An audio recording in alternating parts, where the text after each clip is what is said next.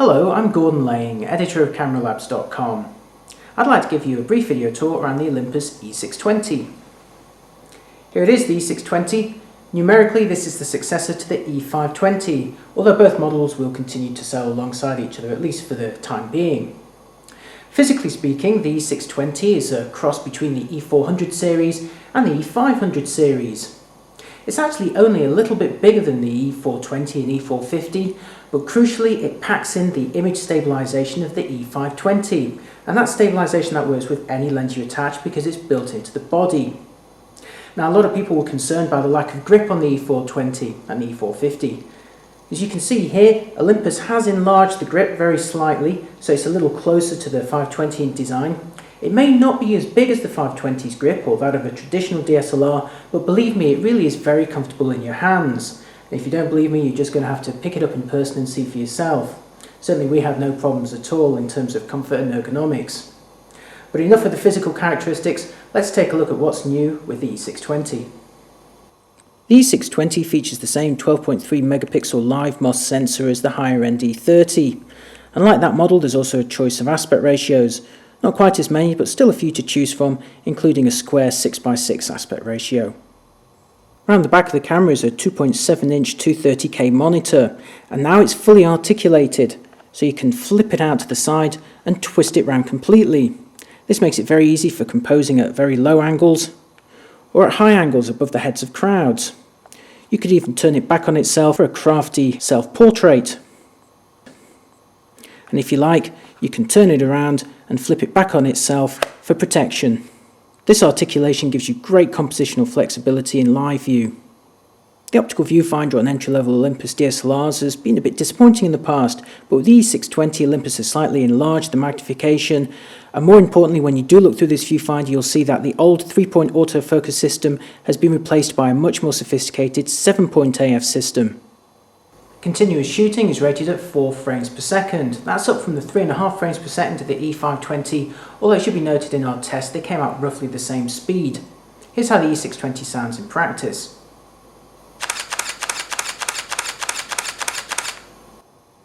Externally, the E620 shares a number of characteristics with other E-series bodies, although in terms of controls and their layout it most closely resembles the E400 and E500 series, and if you're familiar with those you'll be immediately at home here. There are a couple of differences worth noting though. If I turn the mode dial all the way around to the scene position, you'll see that this is now the mode for the art filters inherited from the E30, and I'll show you some examples of those later on in the video. Olympus has also cleverly implemented backlit buttons on the rear, so I'd like you to keep an eye on this group here as I switch the camera on. You'll see them illuminate there, which makes them much more easy to find in dimmer conditions, and it also makes you wonder why no one's really thought of doing that before. One thing that hasn't changed though is the ports. There's only one of them behind this small flap here. It's a combined USB and TV output, so sadly Olympus hasn't been able to implement an HDMI port on this camera. Now, to demonstrate the effect of those art filters, I'm going to start off by showing you just a normal photo.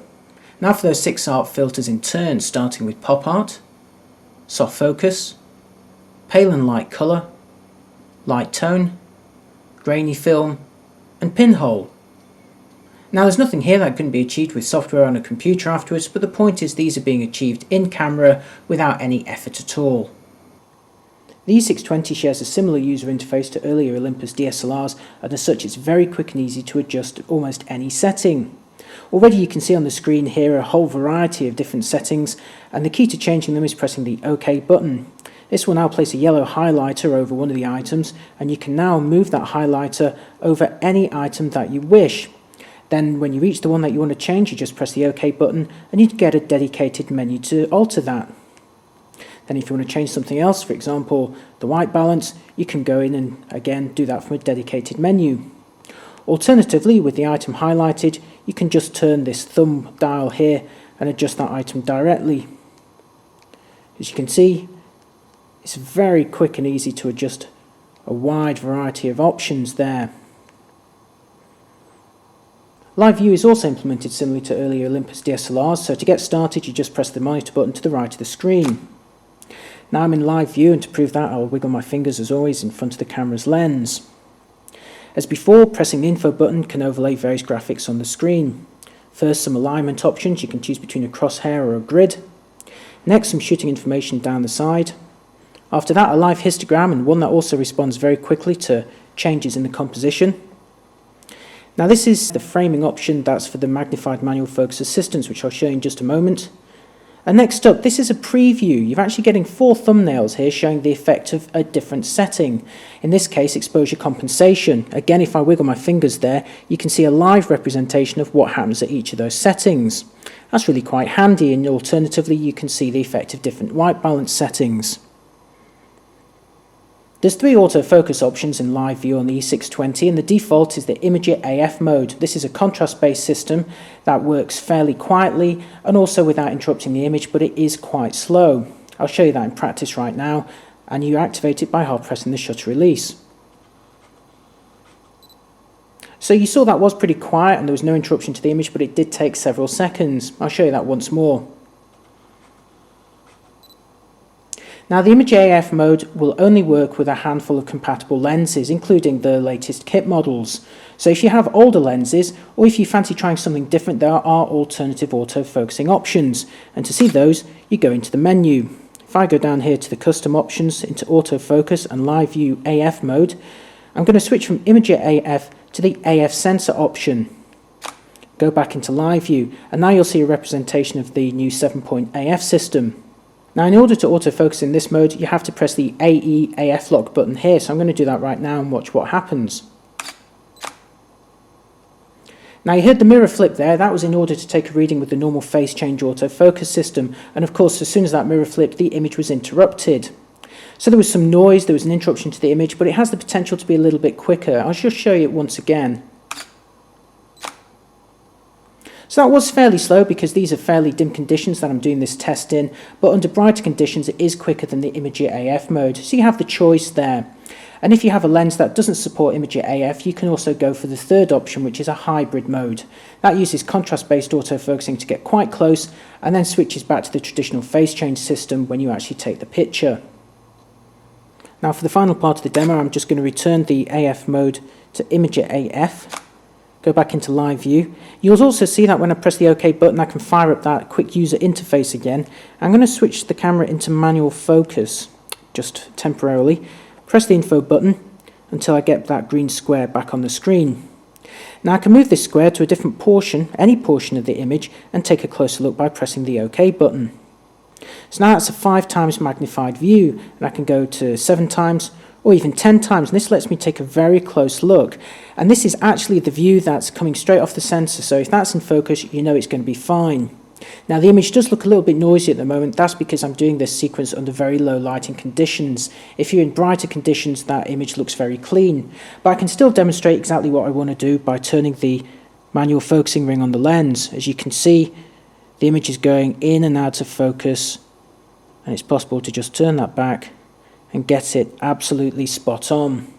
This is the main advantage of doing live view with your main sensor.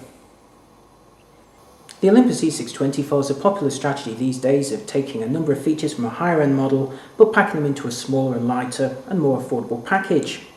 So the E-620 inherits the same sensor, articulated monitor and art filters at a higher end E30, but again puts them into a body that's much closer in size to the E400 series.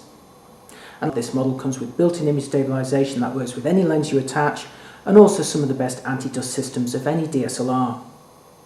It's a very feature-packed and highly compelling DSLR, but about the only feature it doesn't have is a movie mode, and crucially that's a headline feature of its 2 main rivals, Canon's EOS 500D or Rebel T1i and the Nikon D5000. As always, there's a lot to weigh up, and to make it easier, we've compared all of the features in our full review at cameralabs.com. There we've also closely compared the image quality of all 3 models, so you'll see how they compare in terms of high ISO noise, and also in terms of real life detail, and that in a controlled studio environment. So if you're interested in a DSLR that's a step up from a budget entry-level model, and you're looking at the E620, or indeed the Canon or Nikon rivals, then check out our full review. It'll certainly make it much easier for you to choose which is going to be the right one for you. As always, you'll find it at cameralabs.com.